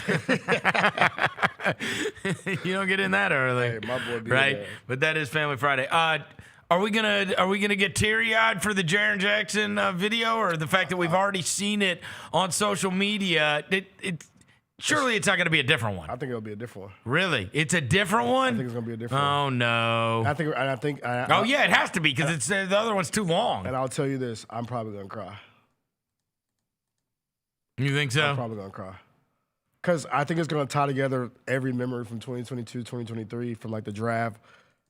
It's going to make me cry, bro. It's good because Blevins, he took on my heartstrings with the TA joint. Yeah. And that one made me tear up. And like I wasn't around for that era. I just knew Tony as like a person being around like the show. What do you think they'll do it in the first quarter? Probably like first time out, maybe. First time out? You know, I usually do like first time out. I do like the welcome back, Jaren Jackson Jr. They should wait till there are people in the actual crowd though, because it's going to be a late arriving crowd. When is the last 6 o'clock? When's the last one that like actually like had an effect? Like former player coming back? Yeah, I'm not talking about like Tyus. I'm not talking maybe like the Tony. No. Was it Conley? Conley. Probably Conley. The Dillon one was cool, but like it really didn't have like a pull. No. It didn't pull on you that much. Nobody cried. But the Jaren one, nobody got emotional over that. the Jaren one's gonna make you get a little emotional. Yeah. I think Blevins gonna his team's probably gonna cook up something. Yeah, well, it's 8 years. Yeah. 8 years is a long time. I mean, honestly, you know what? I've never even thought about this, Roser. Outside of Conley and Gasol, has anyone else played here 8 years? Lancer, Grizzlies.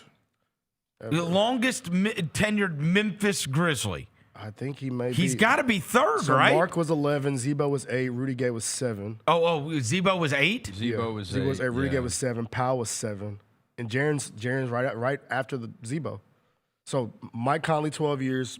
Mark 11 years. Zebo, 8 years. Jaren, 8 years. Wow. And then you got Rudy So Gay. he is a, I mean, in terms of longest tenure, how long we spent rooting for the guy. Yeah. Yeah, so as far as games played, too, he played 452 games as a Grizzly. That is, I got to find that list, but because Tony played 462 games and Jaren played 452 games. So that's a lot of games in a Grizzly uniform, bro. It's a lot of games. And obviously a guy that everybody loved, right? Yeah. So it's going to be, and got drafted, you know, he was a reclass, so he was like super young when he came here. He was 18 years old when he came here. And he's 8th on the games played. Yeah, okay, there you go. 8th on the games played list. You know what's crazy? And obviously now he is going to be playing for the Utah Jazz, and he's got a monster contract that's going to start kicking in next year at $50 million a year, which could have been a much greater contract if he would have made All-NBA last year, right? Like the extension would have even been bigger than the one he had signed in this offseason. They want us to bring up Jitty also, who's been here for 7 years, too. Oh, yeah. Okay. So we have a John Collins. And Vince. Vince has been around for a while. Couple of years? Vince wasn't that long. Couple of years. I wonder if his barber got here like 2022, 2023. I wonder if his barber. We do need to do a thank you, Jitty, at least. You can't. You do need to do that. Yeah, I think you get like a little highlight package. I don't know if he gets a video. He won't get a video. Yeah, 7 years. Jitty's got a video. I think he gets a video. He's got a block on Anthony Davis that has to be there, and he's got a 17 rebound game against Minnesota that's got to be there. He's been in them trenches, bro. You're right. Jitty's got a video. Yeah, Jitty deserves a video. Yeah, he's been in them trenches, G League to he does NBA minutes. Yeah. Jitty's got a video. Yeah. All right. Get Jitty a video, man. All right. So there's gonna be 2 videos. That's crazy. That go on tonight. What do you mean crazy? Crazy. I've got a 46 jersey. I love Jitty, but I don't think video. If you play for a team that long, it's rare now. So, anyways, I want to get to this because it ties into in conjunction with the Jaren thing as well. You know, Jaren was talking about being young, and in his very well penned article that he put out yesterday on the Players Tribune. Mm-hmm. And I got into this discussion this morning, and look, you can listen to the whole episode. It'll be up later today on Spotify, Apple, Netflix, everywhere you get your podcast. The episode of The Mismatch that we recorded. And one of the things we talked about, obviously, I was locked in last night to watching the Knicks versus the Pistons, and the Pistons just waylaid them again. And this was without Duren and without Isaiah Stewart. And Cade Cunningham proven to be, I do think, honestly, because of that happening at MSG, you're about to get this, and you're about to have a length of time again with Gilgeous-Alexander out.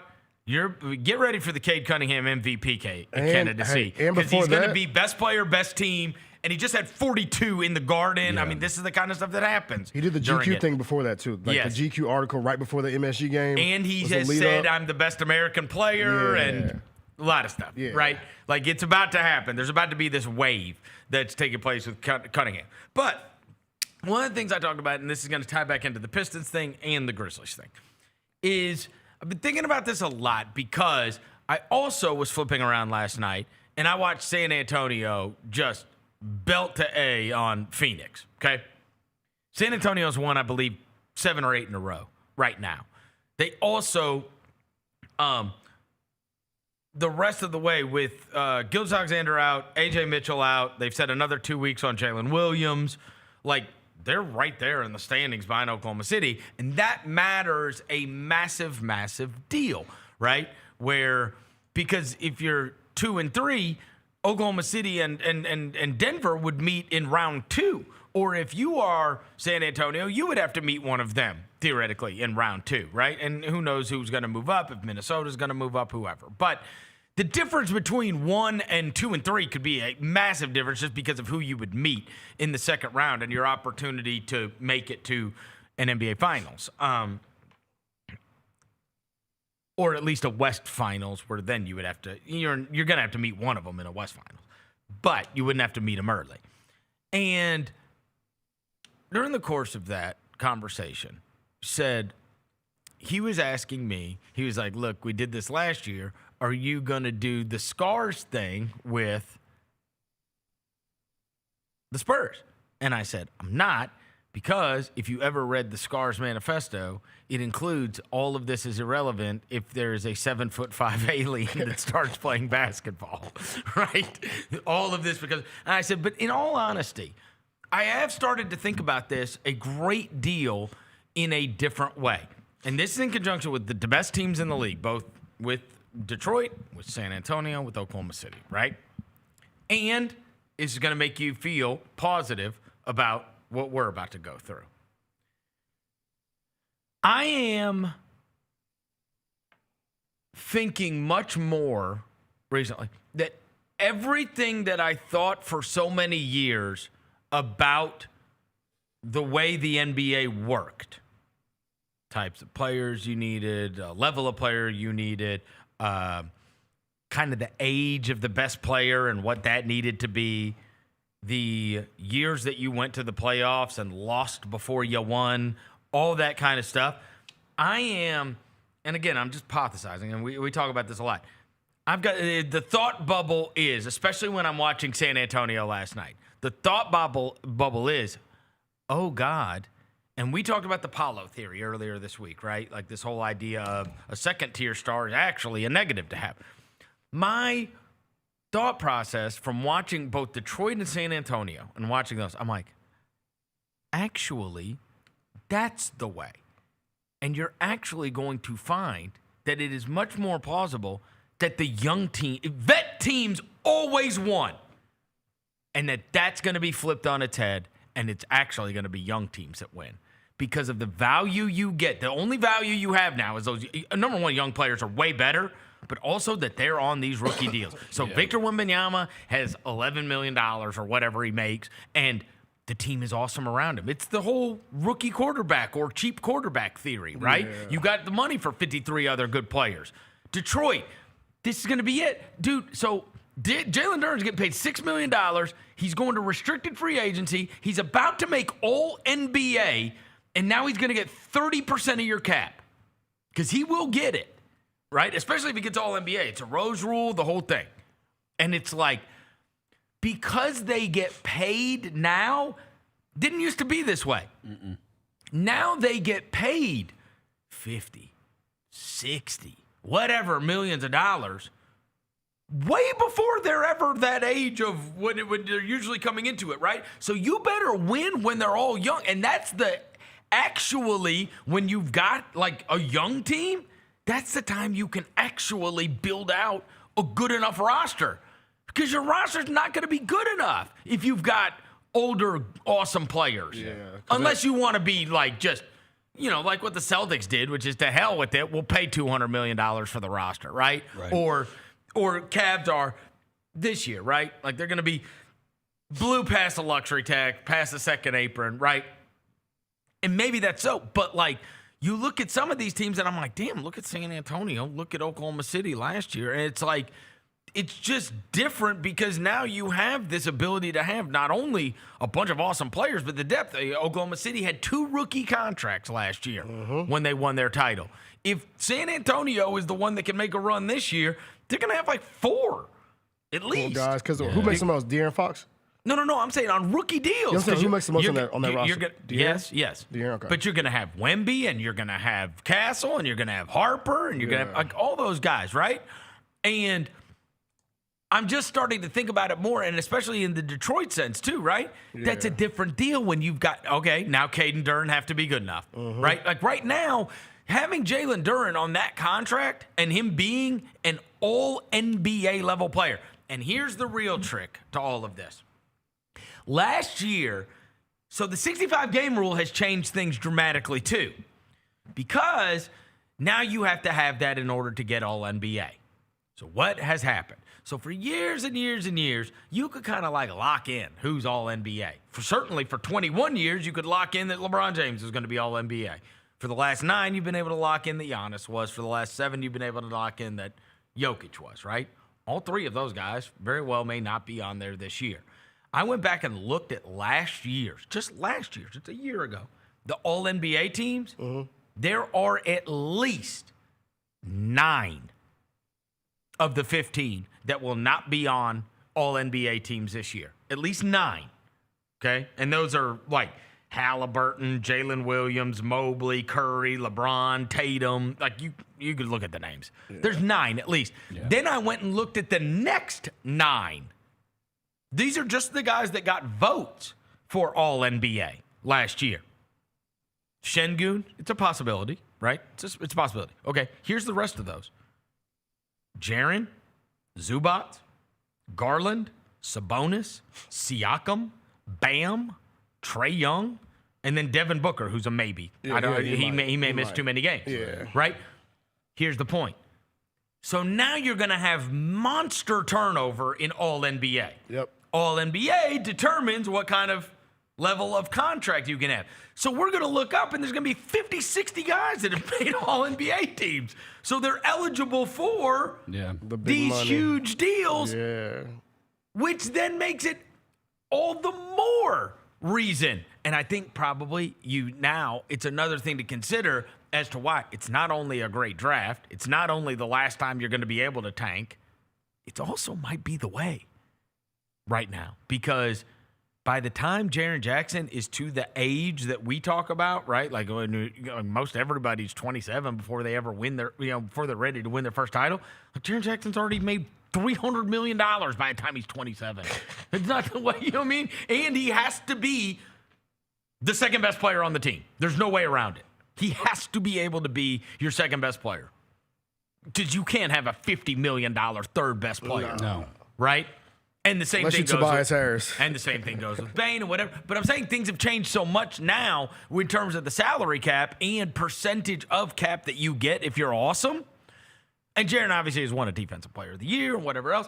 But like all these teams are going to run into it. And I do think that like what you're going to find when I look at Detroit and I go, damn man, their second best player makes less than $10 million, and I look at San Antonio and I say 3 of their top 5 guys make less than $10 million, and then I go and look at Oklahoma City last year and go, Chet was on a rookie deal, Jalen was on a rookie deal, AJ Mitchell was on a rookie deal. Like, I mean, they got a bunch of guys that are on rookie deals. It's like that might be the only way to pull it off is to have guys on rookie contracts. And it used to be that you could not win with a young team. Old teams won. Veteran, older teams won. But what I would say is the argument I would make is it might just be that the young team is the only way you can be awesome. Because you have more depth where it comes as far as talent-wise. Our best teams were on when those guys didn't make the money. young turn Because teams, to your point, because of injuries, you have more guys making All-NBA that should not be making All-NBA, which in turn allows them to make players like they are a 1A, 1B player when they are not, in fact, a 1A, 1B player. Yeah. Right. So that's why it becomes more difficult down the line. Cade, Wemby, they should make 1A numbers, but you don't need multiple guys. I'm telling you this. But they will. I love Jalen Duren. The second Jalen Duren makes $60 million, people are going to be like, he can't shoot. Yes. They're going to start picking this game. You know what I mean? Yeah. You got a $60 million player that can't shoot? Yeah. They can't score without 3 feet. 2 of the Spurs' 5 highest paid players fall off their books after this year, too. I mean, Harrison Barnes at $19 million, Kelly Olynyk at $13.4. So that's what I'm saying. There is hope when you're talking about, like, these aren't going to be rebuilds because actually young teams are actually going to be the ones that are good teams. In so many ways, if you hit, because you can build out around them with free agents, and then you actually, because you've got so many good players on your team, because they're not getting paid yet. Yeah. Where do you San Antonio can luck out here because Wemby's not hitting 65, right? It's close. Okay, because if he doesn't hit 65, if he keeps having these kind of little nagging injuries that happen in the year and he doesn't hit 65, it's not going to trigger the Supermax stuff because he won't be able to make All-NBA. But won't be able to win MVP. But Jalen Duren is going to. Jalen Duren's he's a restricted free agent. So, I mean, you're going to have to. You're going to get paid. What do you put? But I'm saying, like, and then you can't have as good of players. Yeah. What do you put Minnesota in that class, in that, like, conversation? Are they a young team or they vet? Like, what do they consider? They pay guys now, man. They're already paid. They pay guys. Okay. They pay guys. Who's on a rookie contract? They pay Gobert. They pay Ant. They pay McDaniels. Gobert's 35. They are 100% because they're a big tax team. Yeah. Same with Denver. They are win now vet teams. Straps, yeah. Those are win now vet teams. Yeah, I'm trying to look at that. Oh yeah, Julius Randle. Yeah, they got 5 players make $20 million. Yeah. I just pulled it up. Yeah. This is crazy. Because even Nas makes 21. He comes off the bench. The Spurs and Pistons have 2 guys that make over $20 million a year. It's an interesting thing to think about when you look at the teams that are at the top right now, and then you go, because last year I would have told you, like, all right, that's cool. It's a cool Oklahoma City story, but you can't win like that. And then it's like, well, actually, they're the best team because they're loaded. Yeah. You know, you screamed about this during the early days of this roster. Build now. Because the second their money kicks in, you're not going to be good enough. The other thing that happened, too, was the luxury tax stuff becoming way more punitive with the aprons. That's fair. It did, and that's something you did not see coming 4 or 5 years ago. Yeah. But now, the Jaren Jacksons, who we love, but the Jaren Jacksons of the world get paid $50 million. Yes. Jalen Duren is going to get paid 30% of your cap. Do you know how awesome you have to be to be worth that? Cade Cunningham's worth that. Right. Cade is worth that. Yeah. I've seen him dust to ass in New York by himself. Wemby will be worth that. And we love Jalen Duren. But, like, bro, you've got to have, like, so many good players also. You better be Shaq. You know what I mean? Yeah. And so I think this might be shifting. And the other side of it could be... Which actually makes you more hopeful towards, right? We were kind of right there in the middle of, we were spending money. Like look, they gave Bane and Jaren both the contracts, right? And then, but that like if you go into this and you spray the board with young players, you got to have because not all of them hit for Oklahoma City, but they moved Gitty and they moved him for Caruso, who was a great role player that could help them out, right? Mm-hmm. Like hit on those because Jalen Williams and Chet Holmgren were both really young. And then you're going to have to. Also, Jalen Williams was not a top 5 pick. And you're going to have to make tough decisions that, some of these teams may decide, you know what, I'm not going to want to pay him. Let's move off now. Which is exactly what they did with Gitty. Yep. Exactly what they did with Gitty. Sent him to Chicago. And I mean, obviously you're the Pistons. You weren't going to move off during when you're in the middle of this kind of season. You know who else it just got made with was Matherin. Yeah. They're like, they decided. Did you see him? Freaking had like 38 last night or what? And then almost he made 40. Jamal Murray miss the free throw at the end. Right up in his face. Right up in his face. Yeah, 38. I like Matherin. That boy got the shaking. I like Matherin. He's only 23. Yeah, bro, he's a dog. I've always believed in Benedict Matherin, bro. 23? A real walking bucket, bro. Yeah. Microwave. He's also a crash out. He's definitely a crash out. He will punch you in your face. It's good to have one or two. Oh, yeah. No, it's for sure good to have one or two. Apparently, he likes to bake cookies. Huh? Big baker. That. Ben Matherin? Yes. Not what you just say he likes to get high.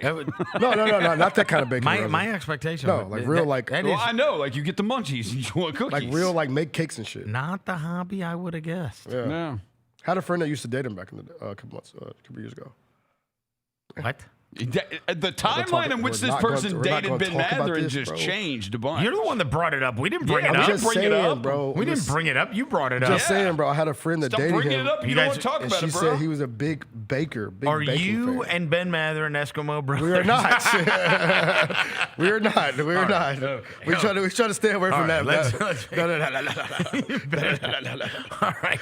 Well, we'll be crying over Jaren Jackson Jr. tonight, but then we'll get some closure. Right, we'll see him on the wrong sideline, and then we could just be sad about it, and then we'll move on. We got to pick Sky Dogs. Pick Sky Dogs. Let me go first. I don't know anybody that's playing. Oh, don't do this, Dev. I know what you're gonna do. Go ahead. I'm going first. Yeah. Gigi. Oh, okay. Oh, cool. Gigi Jackson. Yeah. I am going Jemai Mashek. Let's go. This is easy to spot if we're gonna win. No, we're not going to win. Sensational Hendricks. Taylor Hendricks revenge game. They gave up on him. Oh, wow. Taylor Hendricks revenge game. I totally forgot. Walter Clayton, too, but he's doubtful, isn't he? By the way, and when Taylor Hendricks makes a shot. They ruled him out? I don't think he's playing, bro. He's doubtful. He doesn't even have their faces. He doesn't have their faces. Hey, in fairness, it only counts if we get a win. Question. Honestly, how many Sky Dogs become relevant? Like 2. You say we have 2 more Sky Dogs? Wait, we might have to You said we're going to have 2 more wins the rest of the season. No, we might have to edit this. No, that's home win. Can we edit this rule then, bro? Because can we edit this for the rest of the season? No. Sky Dogs are Sky Dogs. Sky Dog brought to you by Wiseacre, which you are going to need the rest of the year. One of the best beers in the country. Yes, you will.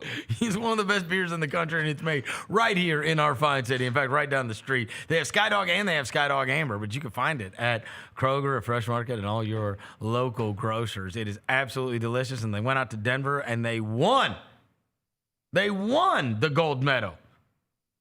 So that's not me saying that. That's beer judges saying that. 99 calories. The regular Sky Dog's a Pilsner, and then they have Sky Dog Amber. Both great. Wiseacre, right down the street. You need it. You definitely need it. Hydrate, though, before we do. By the way, hydrate. By the way, water. Tonight's gospel night, Vernon. Gospel night. Is that right? I'm excited for gospel night, bro. Was it Erica Campbell? Yeah, half of Mary Mary gonna be in the building. Yeah. Gospel night. Yeah. Praise the Lord tonight. We will find the Lord after the game. Damn right we will. You know how they always play a sounder after like somebody scores? You know, like when Josh scores, we're like, 12 out here, right? And the God in me. When Taylor Hendricks scores, we need Hendricks. All right, we'll pass that along. He's not going to score that much. It doesn't matter. There are plenty of guys who didn't score. Roser going all in on his Sky Dog. Yeah, why are you going so hard for your Sky Dog? All in on his Sky Dog. I'll be at Landers Center. Oh. The other team got here finally. So we're playing. Right? You are playing? Wait, am I DPing tonight? You are DPing tonight. You knew this. You didn't tell me this until now, bro. No, you didn't. We were literally talking about it 2 days ago with Darnell down on the 3rd floor. Oh, Wet Cheeks Devin gonna be here tonight with the wet cheeks from the Jaren game.